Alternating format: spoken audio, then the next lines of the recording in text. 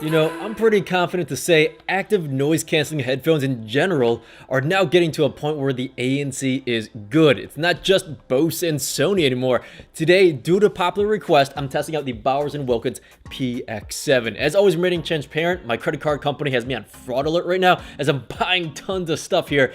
Tapping that like button will help somehow fix the situation. I paid for these at retail, but I'll place my affiliate links down in that video description below. Click on those links for the most updated prices in real time. You never know when these things might go on sale. I'm Jimmy with Jim's Review, and I'm here to help you guys make that purchase decision. Welcome everyone to another video.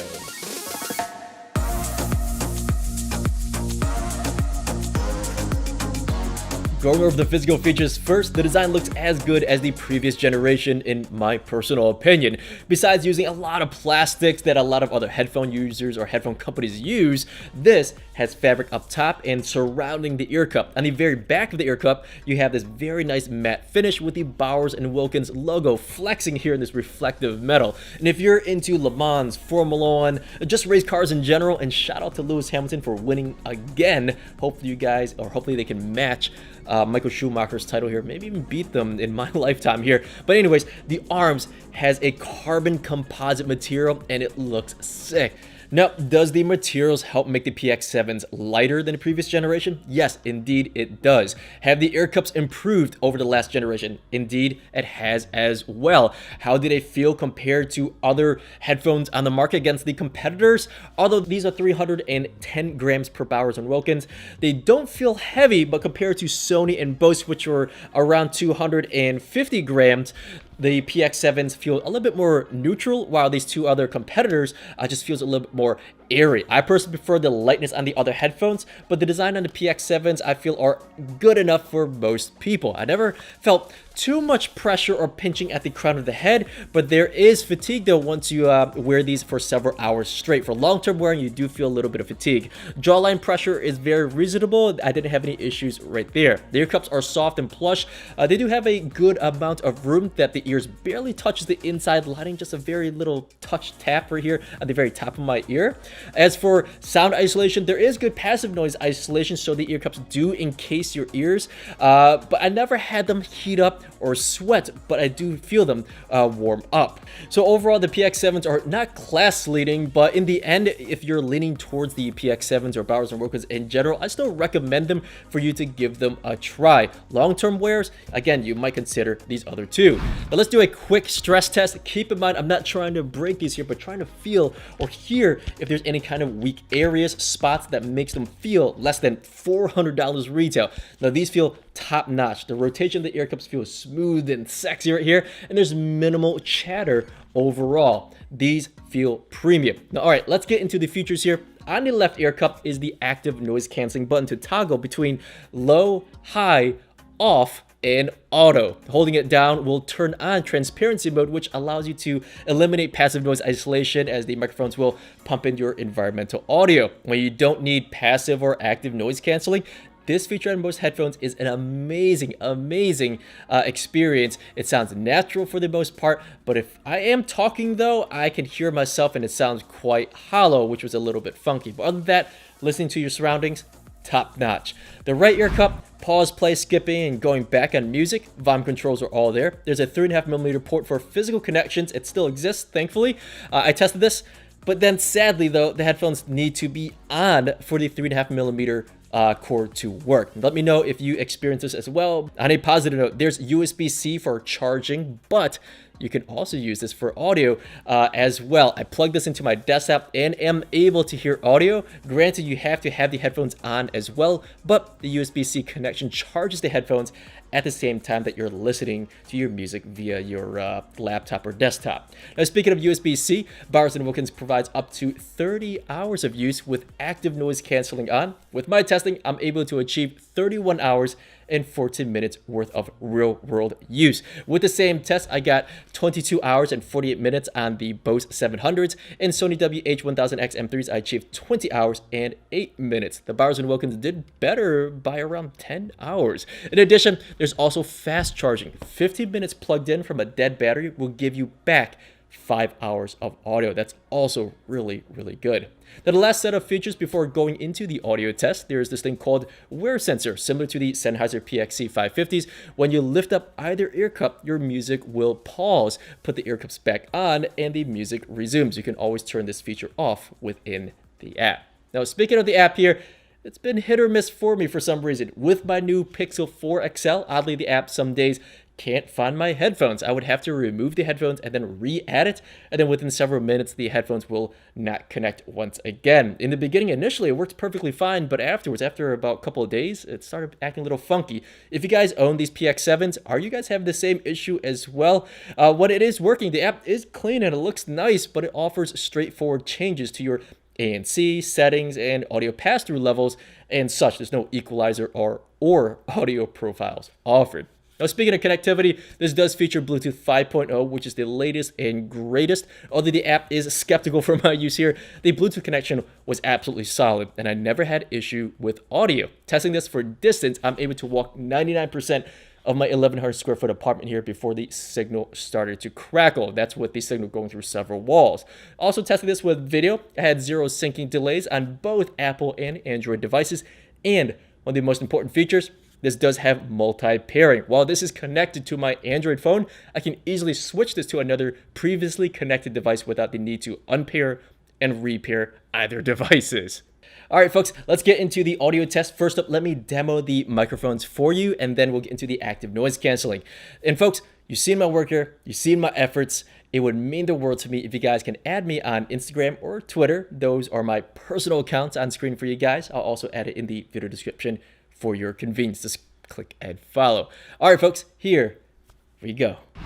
Hey, folks, testing out the microphones on the Bowers & Wilkins PX7s. Hopefully this sounds good to you guys. Hopefully it's isolating my voice with what is going on in the background currently at the moment. There is a very, very slight breeze going on right now. Hopefully it sounds good to you guys. Also, when I test this on phone calls, it does play through both ear cups. That's a good thing. ANC does remain on. You can always manually switch it to either passive noise isolation or basically transparency mode manually with the button on the left ear cup. All right, folks, down in the comment section below, let me know what you guys think. Hopefully it sounds good. All right, back to the studio. And welcome back here. Next up here is the active noise canceling test. I found a pretty sick bubble tea place nearby. Please enjoy this sample.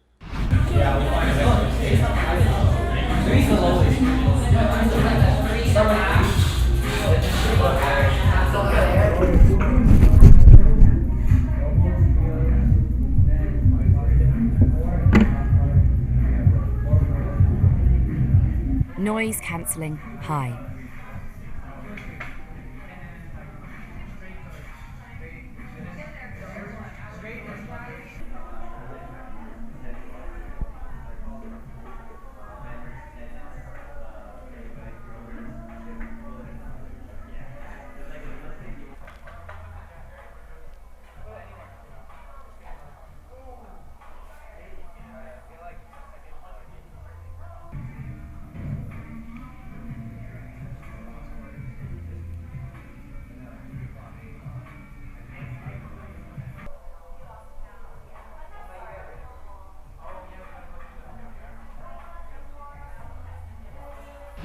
All right, welcome back here, folks. So the active noise canceling, there is ever so slight airplane cabin pressure. It's very minimal, but it is present though. No hissing or white noise experience, but for the performance, the active noise canceling performance, the PXC7s can compete with the best of the best out there. You heard how loud it was in that bubble tea shop with music going on and of course people talking and whatnot, and this isolates your music really well. When I tested this just walking around where I did my microphone test, a lot of cars driving behind me here were canceled out to a great degree. Now with active noise canceling, this is one of the best out there, but I honestly don't know how Sony does it, but active noise canceling is your priority. I would say Sony takes the cake.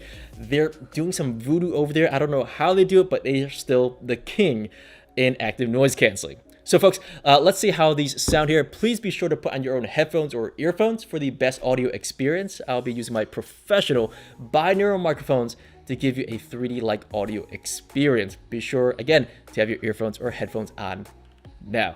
Here we go. Show me a good time. I don't need promises, honestly, no big deal. As long as you can show me a good time, I don't care.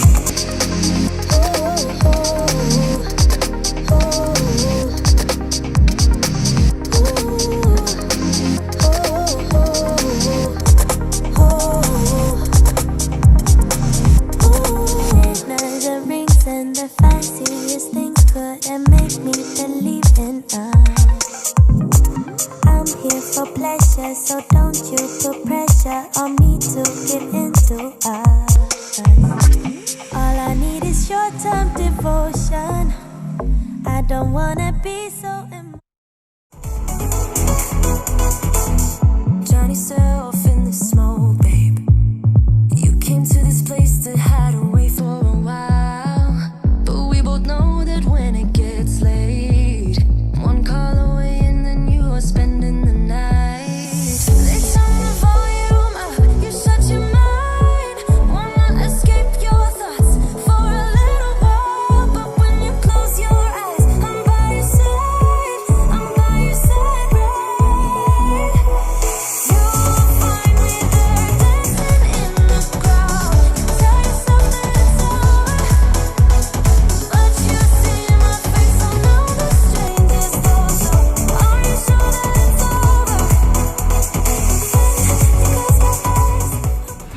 And there you have it, folks. All audio recorded on my end and then played through your audio devices are not the best depiction of audio quality, but hence my review here. As a side note, these headphones do swivel, but they don't fold in on each other. Same thing with Bose, it doesn't do that either. Sony, here we go. And I believe the Sennheiser Momentum 3 wireless also folds in. So first up, these do get loud. I'm usually listening to these at about 60 to 65% volume. Along with Bluetooth 5.0, these headphones also support aptX HD for high resolution audio files.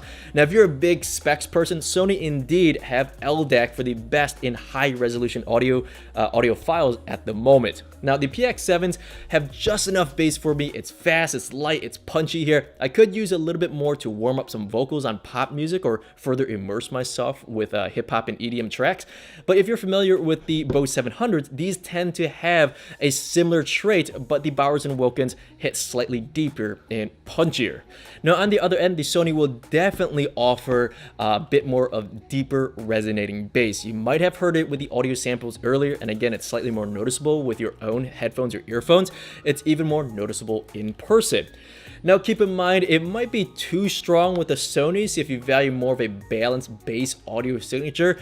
For just bass in general, I believe the PXE7s are good, but it is subjected. And I'm trying to give you an idea of where these stand basically. In this case, the PX7s is right in between the Sony and the Bose. Now, as for the mid-range, this is where the human ear interprets majority of instruments, vocal work and such, and the mid-range it's not distorted, it's articulate and just ever so slightly forward. This overall sounded better than the Bose 700s in my personal opinion, and again, in the audio samples, you can hear the PX7s being a bit more forward. Audio direction, or specifically stereo separation, was great on these, but my first critique here, there wasn't as much depth as the Sony 1000X M3s, and on some occasions the Bose 700s did better in this area as well. Again, I'm speaking about depth. Although the Sonys are a little bassy for some, but you can interpret bass down low, the vocals in front of you, with at times the high frequencies in front of you and slightly above you actually. But with the PX7s, it's good as a standalone device, but comparing to some of the most popular ANC headphones out there, the depth of audio experience on the PX7s was not quite there. I think the biggest critique now, the top end sounds to have a good amount of basically roll off. There is a lack of brightness or resolution on the very top end with claps, snaps, snare drums, cymbal crashes, so many S's here and such.